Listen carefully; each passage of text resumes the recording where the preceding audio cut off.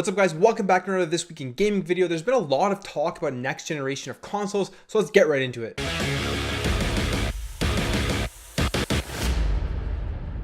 Speaking with the Financial Times, the CEO of Sony, Kenshiro Yoshida, talked about the next generation of hardware, saying that at this point right now, it's pretty much vital to have next generation hardware in the works. In terms of what the PlayStation 5 will be, if that's what it's called, we have no idea. He didn't say anything about that either.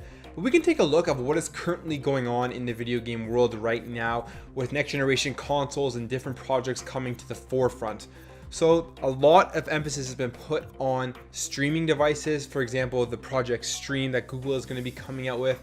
And then there's a big influx of these hybrid devices because of the Nintendo Switch and how people love having the ability to take what they're playing and taking it on the go, which kind of intertwines with the streaming as well, because the ability to be able to play a game anywhere with the streaming is a big draw to gamers and to casual gamers and to anybody in the industry. Now with the PlayStation Vita being discontinued and Sony pretty much saying that they aren't making another dedicated handheld console, I wouldn't be surprised if the PlayStation 5 was a hybrid style console like the Nintendo Switch, because it's been so popular and Sony has experience in making handhelds, so it would go perfect with them.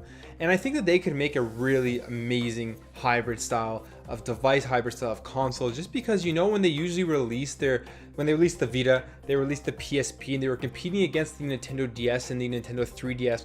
Although it may not have outsold it or did as well as those devices, it was a lot more powerful and had a lot more functions than the Nintendo handhelds. So I can see them releasing a sort of hybrid console that has so many cool functions right out of the box, and something that would be really good for tech enthusiasts as well as hardcore gamers.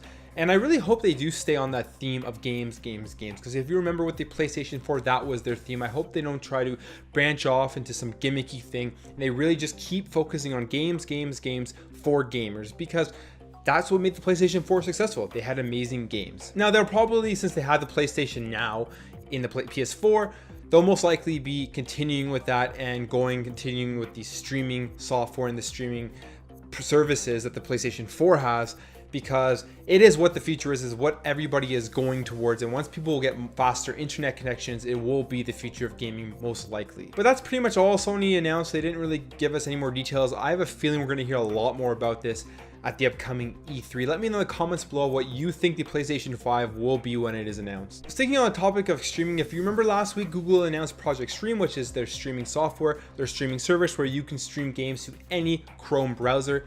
Microsoft also announced their streaming device or their streaming service called Project X Cloud. Now they released a video announcing this, showing people playing on their cell phones and playing on their computer and just being able to play these games anywhere, and using an Xbox controller through Bluetooth to play these games. And it looked pretty cool, and they had a little disclaimer at the bottom that this is actually them playing it through streaming, and it looked pretty good. But they're looking to focus on networks that are 10 megabytes or faster and 4G and 5G wireless networks. So they're going to expect people to be playing these games on their phones, even when they're not connected to Wi-Fi. And you're going to be able to either connect a Bluetooth controller to the Project X Cloud service, or you'll be able to use the touch controls on your phone or your tablet. So that's pretty cool as well. But personally, I really just hate touchscreen controls. I hate it so much in playing any mobile games that if I'm not able to use a control with everything, then I wouldn't even think about it. So it's good that they have that Bluetooth connectivity to your phone and to any wireless device that you're using. They didn't really give any more details about it, when it'll be released, what games will be coming with it, and all this other stuff that they have. But it does look pretty cool. I mean, if you're going to be able to play Halo or Forza on your phone, I mean, that is kind of enticing and cool to see. But at the end of the day, it's where the industry I think is going, because everybody is focusing on that streaming. But I really think they just need to make sure that there is no lag and there is no input lag specifically when playing these games, and then I think it will be successful. Let me know in the comments below if you watched the Project X Cloud video. I'm sure I'll have it up here on the video while I'm talking as well. But let me know what you think about the Project X Cloud, and if you would be interested in this service when it is released. There's a pretty cool PlayStation VR announcement this week so far, and it is that Borderlands 2 will be making its way over to the PlayStation VR on December 14th.